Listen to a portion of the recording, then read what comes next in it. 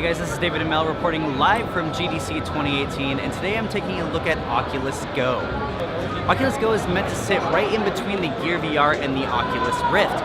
It's completely standalone, which means it has its own processor nested right in the headset, and it's also got a screen which actually looks quite a bit better than a phone screen right in your face. These lenses are actually even better than the ones on the Oculus Rift, and the company is saying that they offer significantly reduced glare. Now, yeah, this isn't the newest Snapdragon processor, so how does Oculus produce such good quality imaging? They're actually doing something called foveated rendering. Now what this is it produces the highest quality image directly where you're looking, and everywhere around your peripheral vision, it downscales it, so it really doesn't have to work nearly as hard. This keeps the quality high in the things that actually matter in the game, and reduces it for areas that would probably normally be out of your normal vision anyway. Oculus Go is using a 1440p panel, but these are special fast switching displays which get rid of lag and jittery movements. In the game I was playing, you had to twist your head around really quickly to be able to shoot your enemies, and I didn't notice any screen tearing or anything like that. Now obviously some newer Samsung phones with newer processors are probably going to do better in a Gear VR, but if you want an experience that doesn't use a phone at all, the Oculus Go is what you need to go for. There are also speakers right in the headset itself, and they actually sound really good considering the people from the outside probably can't hear you. If you prefer to use a separate pair of headphones, there is a headphone jack, so you can always connect your favorite pair of cans. It uses inside-out tracking too, so you're able to turn your head around and control games just with motion.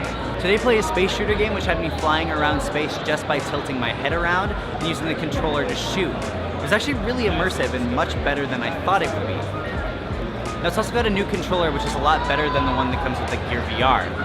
It's definitely a different shape, but we're thinking that people will probably get used to it. Each unit has 32 gigabytes of storage to store games and movies on, because you'll be able to watch things like Netflix and Hulu on this later in the year. Now other companies like HTC are also planning on releasing standalone headsets like this, but this was probably one of the best implementations that I've seen so far. Now the Oculus Rift did recently get a price cut to $399, but Oculus is hoping that this will be able to be a little more accessible to consumers at just $199. Probably the most important thing to think about here is that you really don't need a gaming PC for this, and you don't even need a new smartphone. Because it's completely standalone, you can just put it on and go wherever you are, whenever. The headset is really light and definitely reminds me of Google's Daydream headset, but since you don't have to put a phone in it, you can really turn your body around really quickly and not notice anything pushing down on your face. Now, Oculus did recently announce the new Project Santa Cruz, which is also supposed to be portable, but will have the power of the Rift.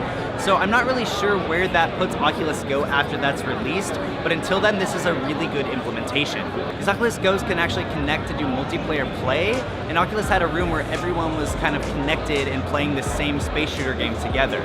It's still unclear whether standalone VR is really going to take off in the mainstream, but it was really cool seeing Oculus produce this implementation.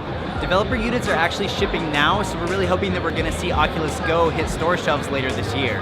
Rumors are pointing to an early May release, but we'll be sure to let you know as soon as we know more about it. At about $200, it is about double the price of the Daydream VR, but if you really don't want to use your phone and want to just throw it in your bag and carry it with you wherever you go, this is a pretty solid option. Until then, be sure to check out the full article to see everything there is to know about the new Oculus Go.